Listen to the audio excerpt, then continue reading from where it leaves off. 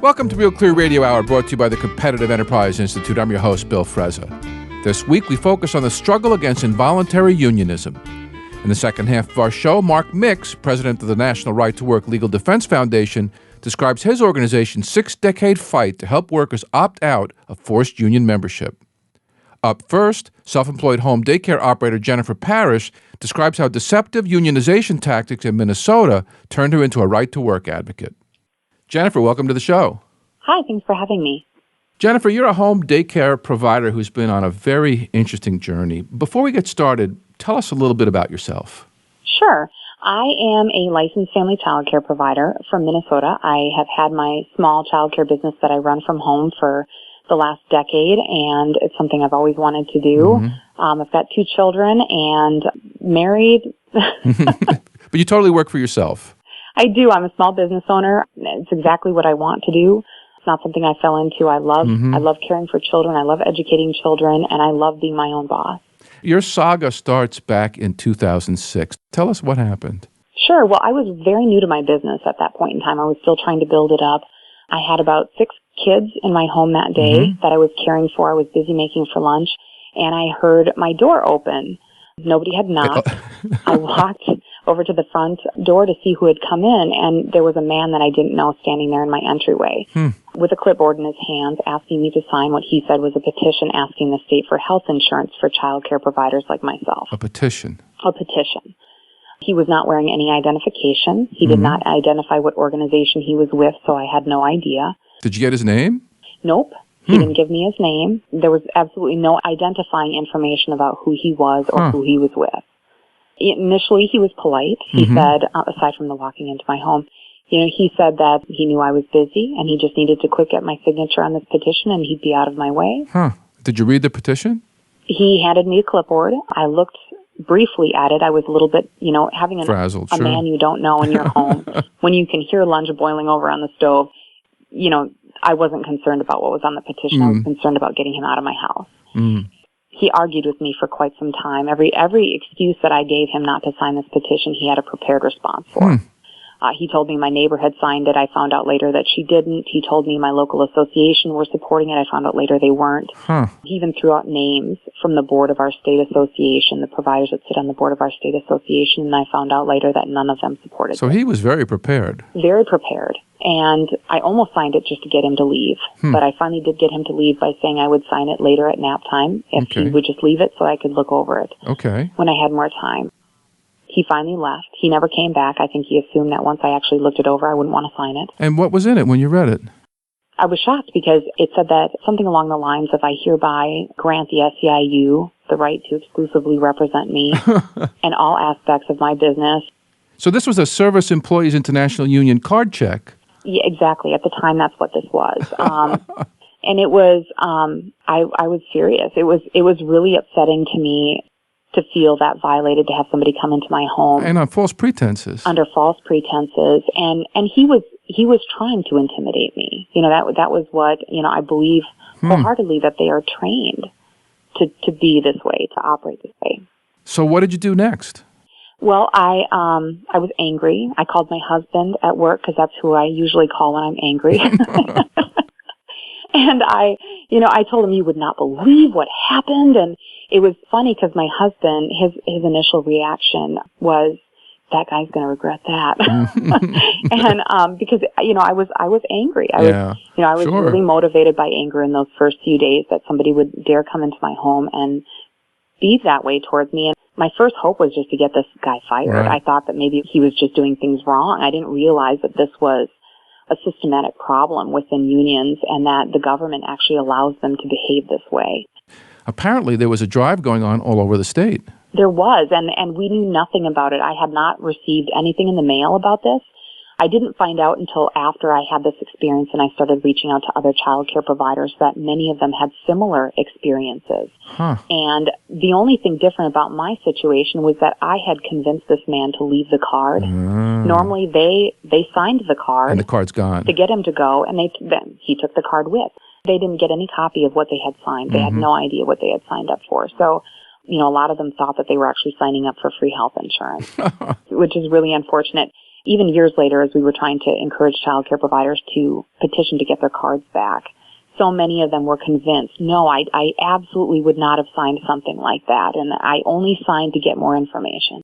And next, somehow the governor got involved. Sure, that we had a Republican governor at the time, Governor Pawlenty, and some of these childcare providers from across the state who I had come in contact with through this issue, we joined together a little bit, and we kind of petitioned the governor to try and get him to do something about this. And it was an election year, and he came out shortly before the election with a statement that he would not support this. He would never unionize childcare providers via an executive order, and he'd veto any legislation that came his way trying to unionize childcare providers. So after that, the unions went away. They were gone. They took down their websites.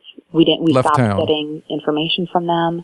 Now, I'm confused. Who are you unionizing against? You work for yourself. Who are you going to bargain with? Exactly. And that's what makes this situation so unique is we are self-employed in every sense of the description. We set our own rates. We create our own working conditions. We contract directly with the parents of the children we care for. The state is not involved in any respect except for regulatory purposes. Some of our clients sometimes qualify for child care assistance, which is a state subsidy. It's a form of welfare, if you will.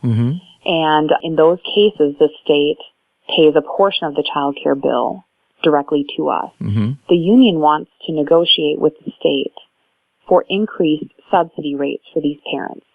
So they want to lobby to increase the subsidy, increase welfare, but then I imagine they want a piece of that themselves. Absolutely. Absolutely. They want a piece of those subsidy rates even if they aren't able to get an increase. And that's happened in some states. They've put through a child care union contract with no increase in the subsidy rates, but then they take their cut, which is typically around 2%. So they get their union dues. Absolutely. And this has been a really lucrative scheme for them. They've brought in, hundreds of millions of dollars across the country since they first started doing this. We'll get up to that. Apparently, though, in 2011, a Democrat was elected governor, and everything changed. Yep. In between the 2006 and 2011 timeframe, we really didn't hear anything about the unions or from the unions at all. In 2011, Governor Mark Dayton was elected to office, and he took office in January of 2011. And it was only a couple weeks later that we received notice that he had agreed to sign an executive order unilaterally unionizing child care providers before he was elected. He described this himself as a campaign promise. As a deal. Yeah. So did this lead quickly to litigation? We actually formed a pretty impressive pushback across the state. The governor at the time admitted, or his office admitted, that they were receiving more pushback against this, more calls, emails, letters than even the hotly contested Vikings Stadium issue that was going on in the state as well. It took him until November of 2011 before he finally signed the executive order, and we filed our lawsuit in January of 2012. While this was being litigated, I understand you attended a number of union-sponsored informational meetings. What were those all about? Well, I attended some. We, a lot of members of our coalition attended some, and it was usually once we started asking questions, they would shut them down. They wanted these information sessions to invite child care providers in to tell them how wonderful things could be, to tell them how it's free to sign up and we can get you health insurance. And once we were there, we would show up at these information hearings with union contracts from other states showing that these child care providers in other states were not getting health insurance and showing how much they were charging in dues. The union was saying that we got to choose how much we paid in dues, and obviously that's not true. They're paying hundreds of dollars in other states per year in dues. And unless you're in a right-to-work state, you have to pay an agency fee even if you're not a member? Yeah, up until recently, the child care providers in these other states who were not in right-to-work states had to pay, again, hundreds of dollars a year in agency fees to get no benefit in return. But it certainly filled the union coffers. Absolutely. So, Jennifer, here you are. You're in litigation. The union's trying really hard with a cooperative governor to collect dues from you every month. What happened next? The original executive order that the governor signed was thrown out in state court at the time. Okay. There was a separate lawsuit that was brought in state court challenging the means of which this unionization was implemented, basically saying that if there is to be a law change, it needs to go through the legislature. It can't be done unilaterally by the governor via executive order. So they tossed the executive order out. So there was nothing left to challenge, so we voluntarily withdrew our lawsuit. And the following year, Minnesota elected a Democrat-controlled House, Senate, and then, of course, we had our union-friendly governor in office as well. There you go. And they promptly passed legislation in 2013 that reclassified home-based child care providers who are small business owners. They reclassified us as employees of the state, but for the sole purpose of unionization. That's handy. We wouldn't collect any state benefits. We wouldn't be eligible for state pay. It's just for the sole purpose of unionization, they're going to call us state employees. So the union dues can go to the union, and then they can give the money out to politicians in donations. Absolutely. Absolutely. Yep. And that way they can have a means to be able to withdraw those compulsory dues. It's a pretty good deal. If you're a union boss, it's a great deal. So what happened next?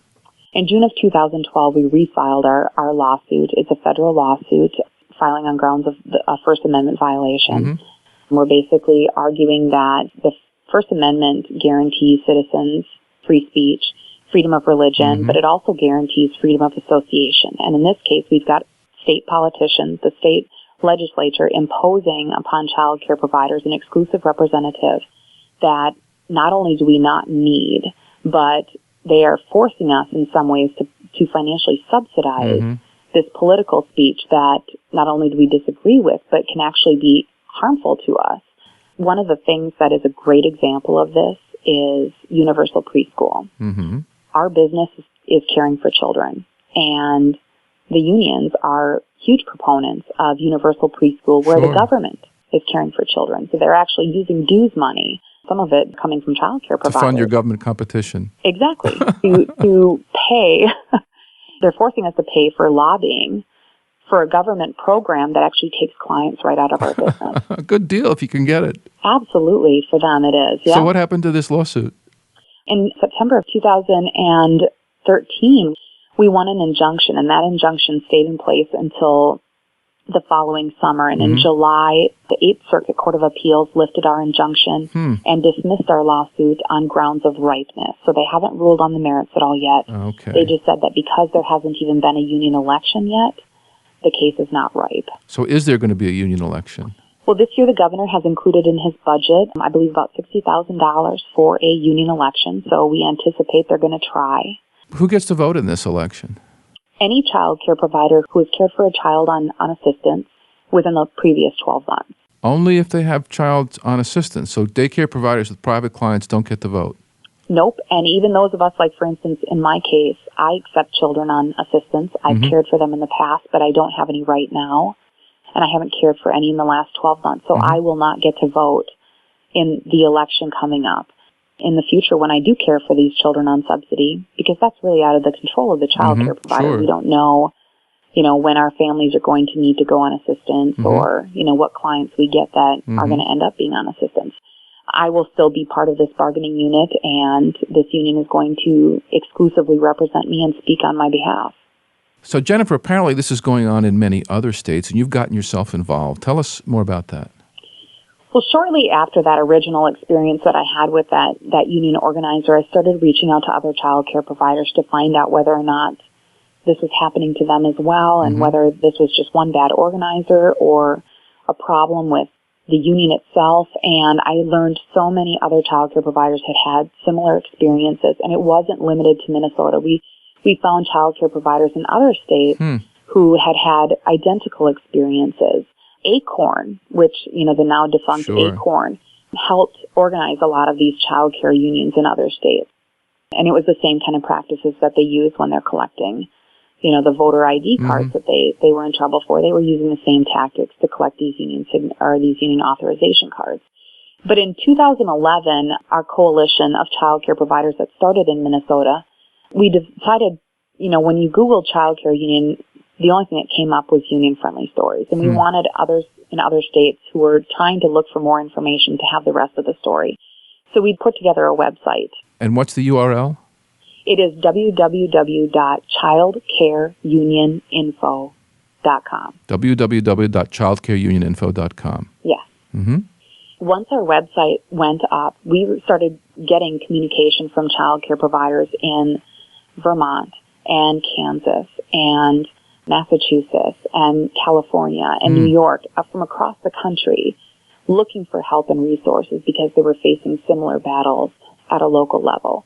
So our coalition that just started really small with child care providers in Minnesota has expanded to include child care providers across the nation. Now, you've gotten some help from the National Right to Work Legal Defense Foundation along the way.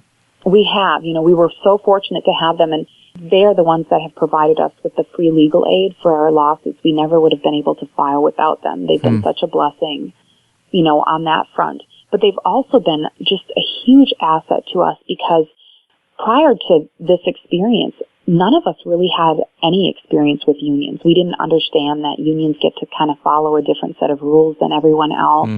We didn't understand union structure, any of that. And National Right to Work really helped us, understand how things work. They helped us find resources when we needed them, and they were such a great resource to us.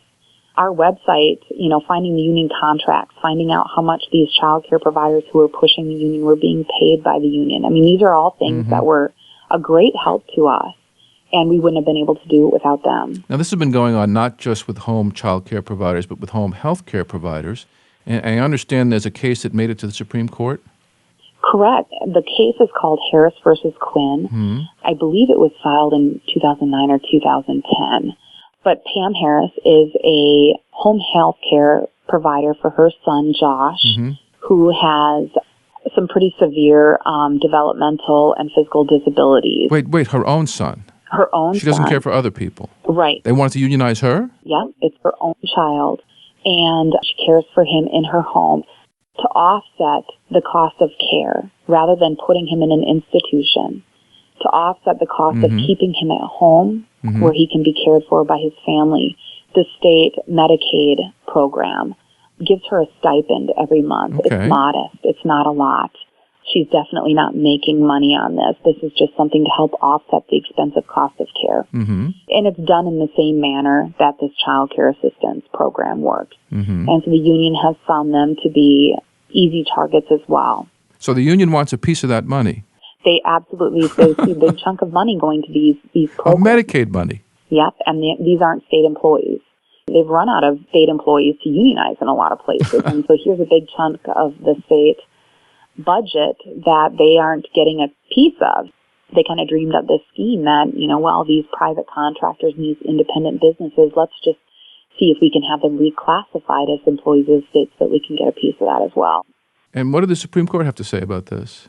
The Supreme Court agreed that these people were not full-fledged state employees and therefore should not be compelled to pay fair share fees to the organization. They did not rule on whether or not the exclusive representation itself is a violation of the First Amendment. So that issue is still waiting to be dealt with.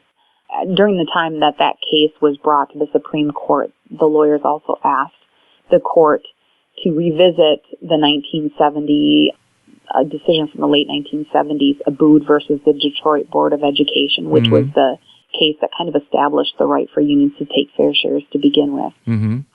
And that they also declined to take that question on. So that has to be resolved yet as well. I understand the SEIU has made a lot of progress in Illinois collecting fees. I've seen some data about the amount of money they've taken in and the impact it's had on Child Care and Development Fund program. Tell us about that. Yeah, one of the things that we started doing is using the Freedom of Information Act to pull data on how much unions were taking in other states. And in Illinois, they were taking approximately $10 million a year from child care providers. And these are people who really aren't making a whole lot of money to begin with. And these are dollars that are intended for low-income children. So in a sense, they're taking $10 million out of a cash-strapped program to begin with, a program that has a number of times literally ran out of funds and payments had to stop or budget money had to be reallocated just so payments could continue through the budget year. But the union is taking $10 million a year from this program. And I believe they're taking, I don't want to use a number for sure, but I think it was around 15 to 20 million a year out of the state home health care portion of that.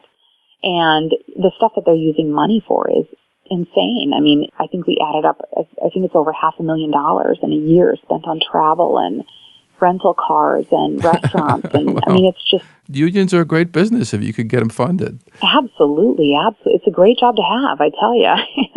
My friends and I who are doing this, the members of my coalition often joke that, gosh, maybe we picked the wrong side. You did.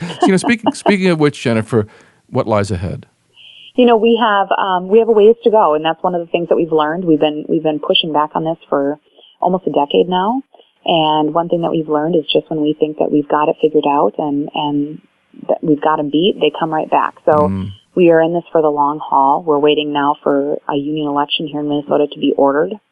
We are also waiting for some other lawsuits that were very similar to ours in other states to proceed, hoping that the Supreme Court can finally address the issue of whether or not the state can compel childcare providers and other independent businesses to accept a union as their exclusive representative.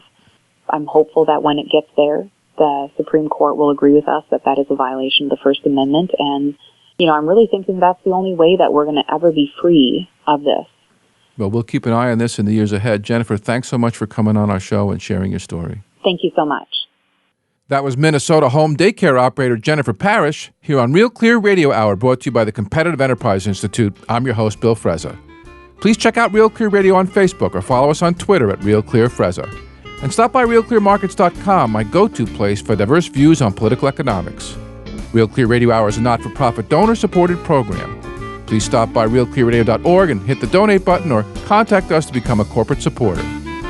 Ahead, Mark Mix from the Right to Work Legal Defense Foundation helps us better understand the historical roots of involuntary unionism and its national implications.